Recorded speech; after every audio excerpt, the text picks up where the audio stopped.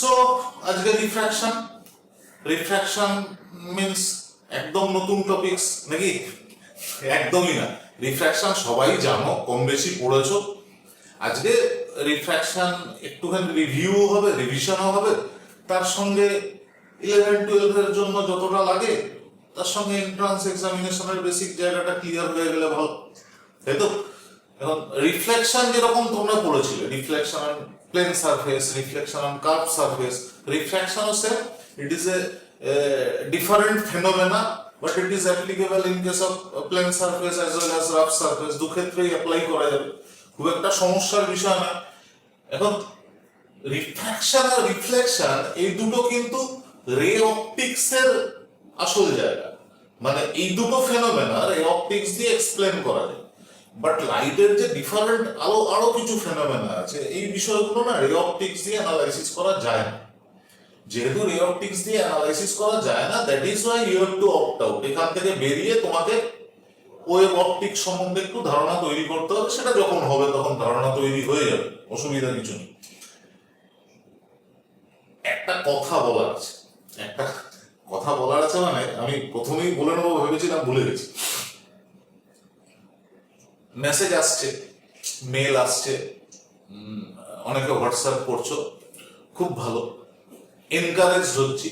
আমি আরো ভালো কিছু করার একটা তাগিদ পাচ্ছি, আরো খুঁটিনাটি বিষয়গুলো জানানোর। যেমন ধরো একজন স্টুডেন্ট প্রশ্ন করেছিলে বা আমার কাছে আবদার করেছো যে স্যার ওই 5খানা ইমেজ কি করে তৈরি করা যায় সেটা একটুখানি এঁকে যদি দেখা, যদি সময় থাকে আমি পরে তোমাদেরকে ওই ছবিটা এঁকে চ্যানেলে দিয়ে দেবো, দেখে নিও। যে কারণে বলা, বিষয়টা খুব ইন্টারেস্টিং। কোশ্চেনটা বিশেষ করে কোশ্চেনটা ইন্টারেস্টিং। একজন স্টুডেন্ট মেসেজ করেছে, স্যার ছবি আঁকা শেখাটা কি খুব জরুরি? মানে আমাকে কি ছবি আঁকা শিখতে হবে? একদমই না, একদম ছবি আঁকা শেখার দরকার নেই। আমি কোথায় বলেছি ছবি আঁকা শিখতে হবে? আমি জিওমেট্রিক্যাল অপটিক্স পড়াচ্ছি। জিওমেট্রিক্যাল অপটিক্স পড়াতে গিয়ে জিওমেট্রি বাদ দিয়ে দিলে জিওমেট্রিক্যাল অপটিক্সের তো শুধু অপটিক্স পড়ে থাকে, তাই না? জিওমেট্রিটা লাগবে, কিছু মনে করো না, জিওমেট্রিটা লাগবে টু দ্যাট এক্সটেন্ট। শুধুমাত্র কনগ্রুয়েন্সি আর সিমিলারিটি, মানে সর্বসমতা আর সদৃশ্যতা, এই দুটো বিষয় যদি ঠিকঠাক মতন জানো, তার বেশি জিওমেট্রি আমি কোথাও অ্যাপ্লাই করবো না, এটা আমি তোমাদের কথা দিয়ে রাখবো। আর ছোটখাটো জায়গাতে ক্যালকুলাস কাজে লাগবে, তাছাড়া ম্যাথমেটিক্সের অনেক কিছু এখানে কাজে লাগবে, এই ব্যাপারটা নয় কিন্তু, ঠিক আছে? সো জিওমেট্রি বাদ দিয়ে জিওমেট্রিক্যাল অপটিক্স এটা চিন্তা না করাই ভালো। একটু প্র্যাকটিস করো, কতগুলো স্ট্রেট লাইন ড্র করা বা কতগুলো স্ফেরিক্যাল লাইন ড্র করা, বা স্ফেরিক্যাল লাইন তো আর 2D তে আনা যাবে না, কতগুলো সার্কুলার লাইন ড্র করা, এইটুকুনি যদি করতে পারো তাহলেই তো হয়ে যাবে। মানে আমি কনসেপ্ট বিল্ড আপের কথা বলছি। এবারে যারা কনসেপ্ট বিল্ড আপ না করে শুধুমাত্র নম্বর পাওয়ার জন্য করতে চাইছো, তাদের জন্য না হলেও চলবে, ঠিক আছে? একটু সময় নষ্ট করলাম, কাজে লাগবে হয়তো এই কথাটা। অনেকের মধ্যেই এরকম প্রশ্ন চলে আসতে পারে, একজনের উত্তর দিতে গিয়ে অনেকের প্রশ্নের উত্তর পাওয়া যেতে পারে। এনিওয়ে, আমরা জিওমেট্রিক্যাল অপটিক্স এর প্রথমে যে রিফ্লেকশন করেছিলাম, রিফ্লেকশনে দেখবে খেয়াল করে আমরা রিফ্লেকশনের ফান্ডামেন্টাল যে law, that means angle of incidence আর অ্যাঙ্গেল অফ রিফ্লেকশন, এই দুটো যে ইকুয়াল হয়, এটা ধরে আমরা শুরু করি। প্রথমে ফার্মার্স প্রিন্সিপাল পড়েছিলাম, এখানেও ফার্মার্স প্রিন্সিপাল আমাকে প্রথমে পড়তে হবে, আমার মনে হয় প্রথমে পড়া উচিত। তার কারণ লাইটে একটা মিডিয়া থেকে আরেকটা মিডিয়াতে যাওয়ার সময় কিছু ল মেনে চলে, আর এক মিডিয়ার মধ্যেই যদি রিফ্লেক্টেড হয় কিছু ল মেনে চলে। এই লটা মানে কেন? আমার মনে হয় এই প্রশ্নের উত্তরটা আগে জানা জরুরি আছে, ঠিক আছে? ফার্মার্স প্রিন্সিপালটা থেকে আমরা লস অফ রিফ্র্যাকশন শুরু করব, বা রিফ্র্যাকশন এই পড়াটাই শুরু করব ফার্মার্স প্রিন্সিপাল থেকে। খুব কঠিন নয় বিষয়টা, একটু দেখো তাহলেই হোপসো বুঝতে পারবে। লাইট রে, এটা তো একটা ইলেকট্রোম্যাগনেটিক ওয়েভ। তো ইলেকট্রোম্যাগনেটিক ওয়েভ মিডিয়ার মধ্য দিয়ে যখন যায়, তখন মিডিয়ার কিছু কোয়ালিটির জন্য ইলেকট্রোম্যাগনেটিক ওয়েভের ভেলোসিটি চেঞ্জ হয়।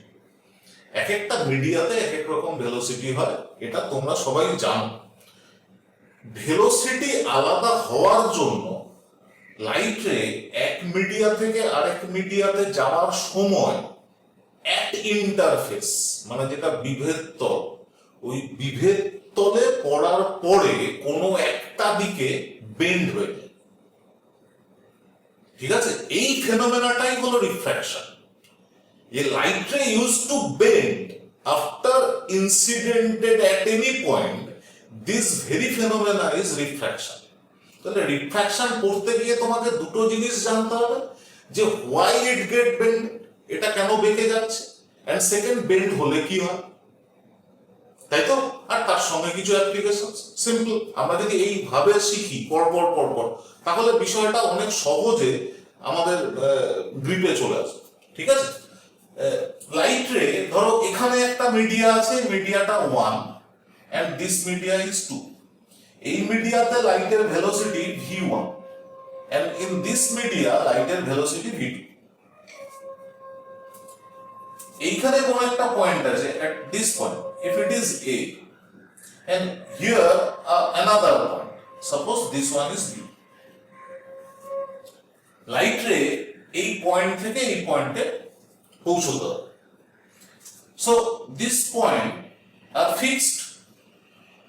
Let this height be a and this height is b. এই height দুটো a and b, and distance between these two perpendicular is small d.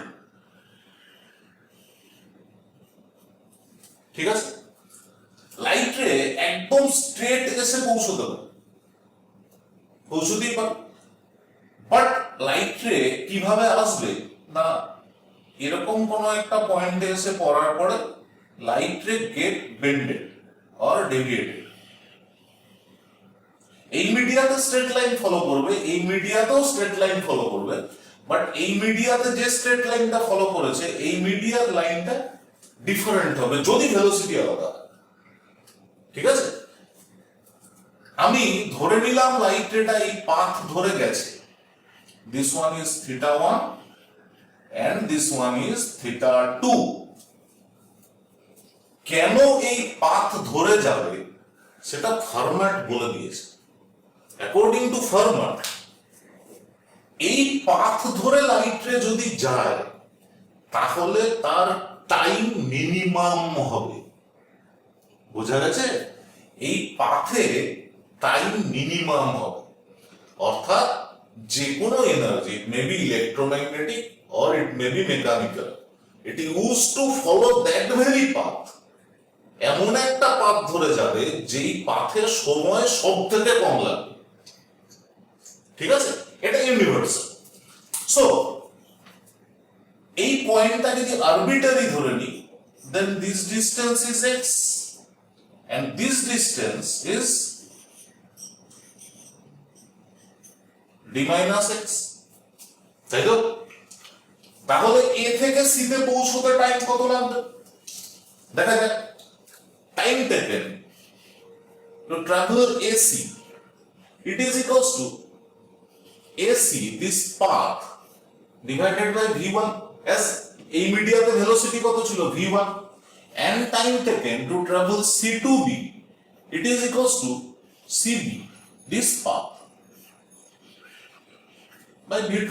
Very simple. Now net time taken, total সময় কত লাগছে ভালো করে খেয়াল করে দেখো। Net time taken equals to AC.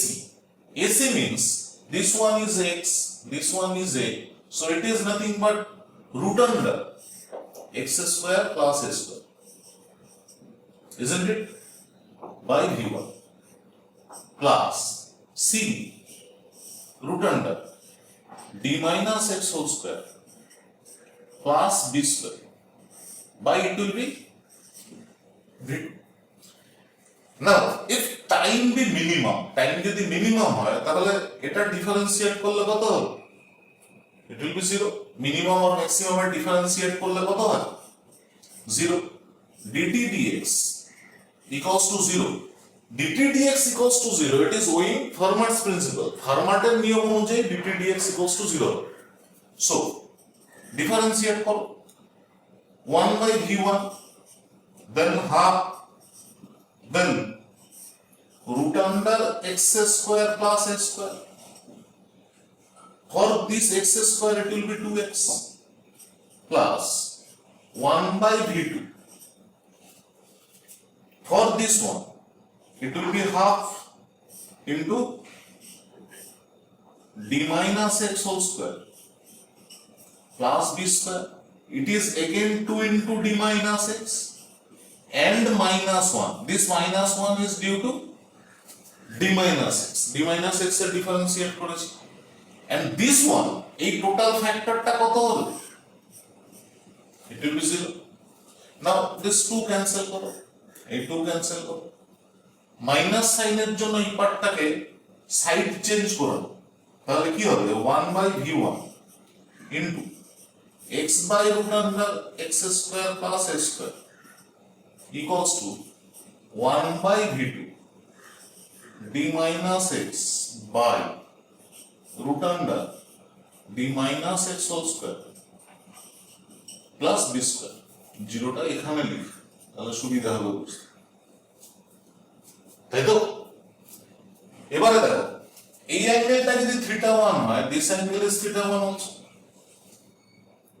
তাই তো?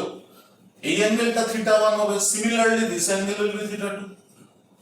নাও see this fraction x by this one, x by this one, it will be sin θ1. So you can write down sin θ1 by v1, and this fraction means sin θ2 by v2. That means sin θ1 by sin θ2 equals to v1 by v2. It is a specific ratio. অর্থাৎ যে কোনো অ্যাঙ্গেলে light রে incident হয়ে এই পয়েন্টে পৌঁছতে পারবে না। এখানে কি θ1 equals to θ2 আছে? তা তো নয়, তাই না? তার মানে কি দাঁড়ালো দেখো, লাইট রে একটা স্পেসিফিক অ্যাঙ্গেলে পড়ে একটা স্পেসিফিক অ্যাঙ্গেলে রিফ্র্যাক্টেড হয়েই এই পয়েন্টে পৌঁছতে পারে। বা তুমি যদি এটা বলো যে এখানে কোনো একটা স্পেসিফিক অ্যাঙ্গেলের জন্য করেসপন্ডিং দিস মিডিয়া, মানে এই মিডিয়াতে, এই মিডিয়ার কোনো একটা অ্যাঙ্গেলের জন্য এই মিডিয়াতে অ্যাঙ্গেলটা একটা ফিক্সড ভ্যালু সব সময় পাবে, নির্দিষ্ট একটা মানের কোণ তৈরি হবে যদি এই কোণের মানটা নির্দিষ্ট হয় এবং এই মাধ্যম দুটো নির্দিষ্ট হয়। চেনা চেনা লাগছে? অবশ্যই। It is basically interpretation of Snell's law, রিফ্র্যাকশনের যে ল, ঠিক আছে? এটা একদম ফান্ডামেন্টাল জায়গা, একটু ভালো করে দেখে নেব, খুব কঠিন না। আমরা আস্তে আস্তে রিফ্লেকশনের মতন করে, রিফ্লেকশন আমরা যেভাবে প্রোগ্রেস করেছিলাম সেইভাবেই রিফ্র্যাকশনটা এগোবো। সেজন্য প্রথমে ফার্মার্স প্রিন্সিপাল পড়ে নিলাম। তাহলে বিষয়টা কি দাঁড়ালো? একটা রিলেশন পেলাম তো। রিলেশনটা কিরকম পেয়েছি? সহজ একটা রিলেশন না, sin θ1 by sin θ2 equals to v1 by v2. v1 v2 velocity of electromagnetic wave, rather in this case light ray in different media. দুটো আলাদা আলাদা মাধ্যমে লাইটের যে ভেলোসিটি হবে, দুটো আলাদা মিডিয়াতে ভেলোসিটি ডিফারেন্ট হয়, সবাই জানো। যদি ভেলোসিটি ডিফারেন্ট হয় তাহলে sin θ1 আর sin θ2 এই দুটো ডিফারেন্ট হবে, তার মানে θ1 θ2 ডিফারেন্ট হবে। তার মানে লাইট রে কোনো একটা মিডিয়াতে স্ট্রেট লাইন ফলো করে চললেও যখন কোনো ইন্টারফেসের উপর এসে পড়বে, ইট মাস্ট ডেভিয়েট, অর্থাৎ লাইট রে বেঁকে যাবে। দিস ভেরি ফেনোমেনা, এই যে বিষয়টা এতক্ষণ ধরে আলোচনা করে একটা সিদ্ধান্তে এসে পৌঁছানো গেল যে লাইট রে ডেভিয়েশন হবে, this very phenomena is called refraction. বুঝতে পেরেছো? তাহলে রিফ্র্যাকশন কি না লাইটের ডেভিয়েশন। কোথায় হয়? ইন্টারফেসে বিভেদ তলে কোনো আলোক রশ্মি এসে পড়ার পরে। কেন হয় না দুটো আলাদা আলাদা মিডিয়াতে দুটো আলাদা আলাদা ভেলোসিটি। বোঝা গেছে? এগোই। দুটো খুব কমন বা সবার জানা দুটো লজ অফ রিফ্র্যাকশন, তোমরা সবাই পড়েছো, সবাই জানো। লজ অফ রিফ্র্যাকশন বিষয়টা হলো ফার্স্ট ল, সেকেন্ড ল, একটা ল স্নেলস ল, একটা ল basic law. Basic law means incident ray, refracted ray and normal at the point of incident lies in same plane. And second one, it is very tough, Snell's law. What is the statement of Snell's law? Forget about this. Snell's law কি বলেছে actually সেটা ভালো করে দাও। বলেছে যে sin I R sin R, that means angle of incidence R angle of refraction এর sin যদি না, it bears a constant ratio, এই দুটোর অনুপাত সব সময় ধ্রুবক থাকবে, তাই তো? এবং ওই যে ধ্রুবকটা, that means that very constant depends upon কিসের উপর নির্ভর করে? color of light ray and a typical property of the media which is called refractive index, তাই না? প্রতিসরাঙ্ক। তাহলে স্নেলস ল এর জেনারেলাইজড ফর্মের সঙ্গে আমাকে এটাকে ম্যাচ করাতে হবে। একটু দেখে নিই। ধরো এটা একটা ইন্টারফেস, বিভেদ তল।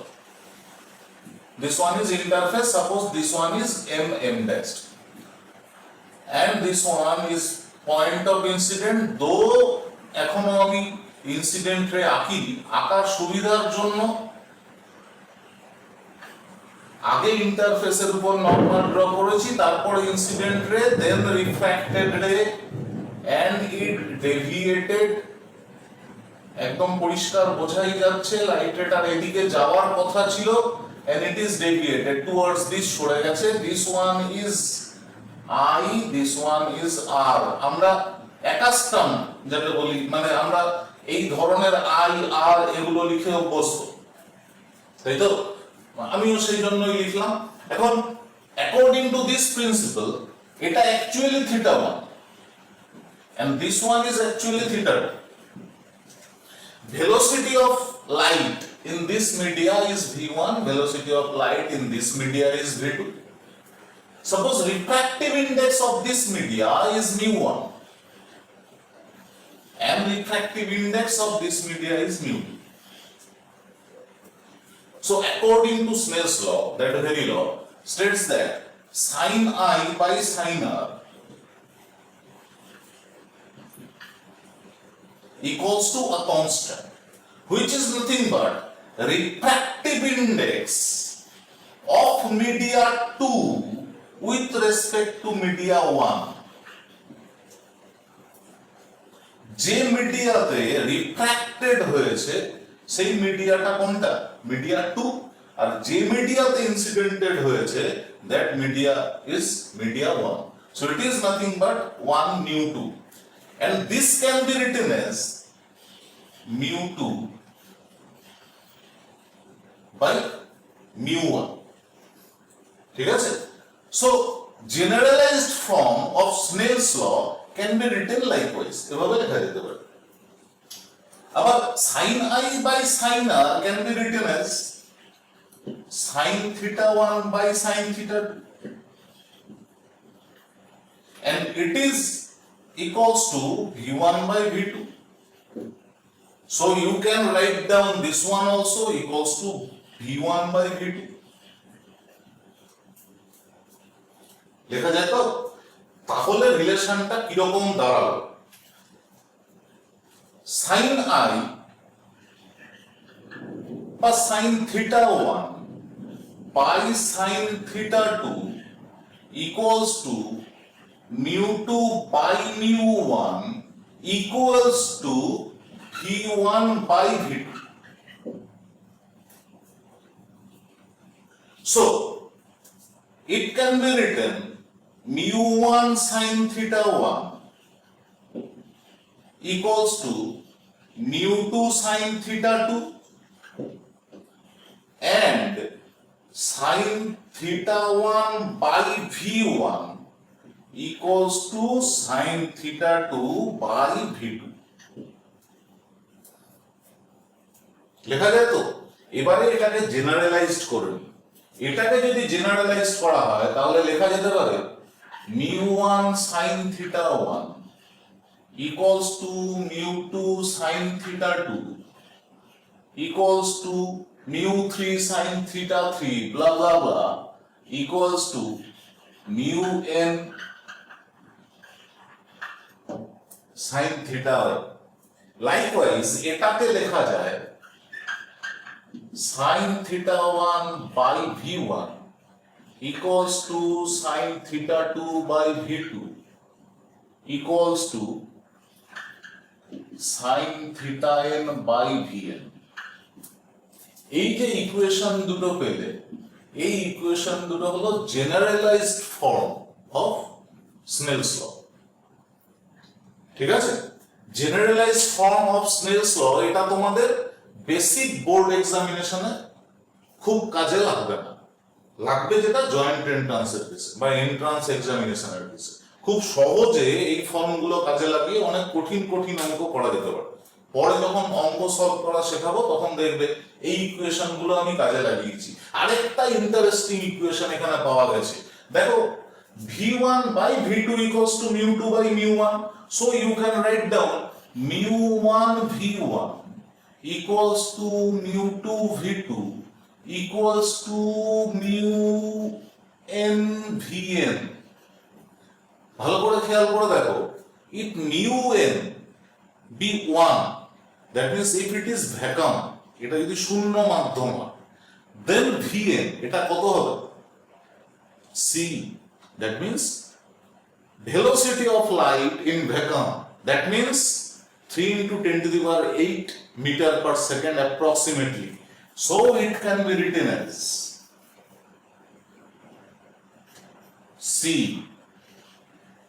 তাহলে product of refractive index and velocity of light at that media equals to a constant value, that is 3 into 10 to the power 8 meter per second.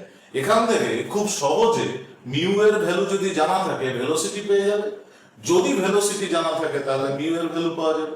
তাহলে এই তিনটে ইকুয়েশন তোমাদের খুব ভালো করে মাথায় রাখতে হবে, বুঝেছো? এই তিনটে ইকুয়েশন খুব ভালো করে যদি মাথায় রাখো তাহলে এন্ট্রান্সের ক্ষেত্রে চরম সুবিধা। আর বাকি যে টোটাল টপিকসটা নিয়ে আলোচনা করলাম, এই টপিকসটা তোমরা সবাই বেশি জানো, সবাই বেশি জানো, অনেক বেশি জানো। মিউ কি, relative refractive index, everybody can define, প্রত্যেকে পারো। অ্যাবসলিউট রিফ্র্যাক্টিভ ইন্ডেক্স, পরম প্রতিসরাঙ্ক, আপেক্ষিক প্রতিসরাঙ্ক, সম্পর্ক কি তাদের মধ্যে, বিষয়গুলো সবাই পড়েছো, সেগুলো নিয়ে আমি আর বিশদে আলোচনা করলাম না, আমি সরাসরি টপিকসটা নিয়ে আলোচনা করলাম।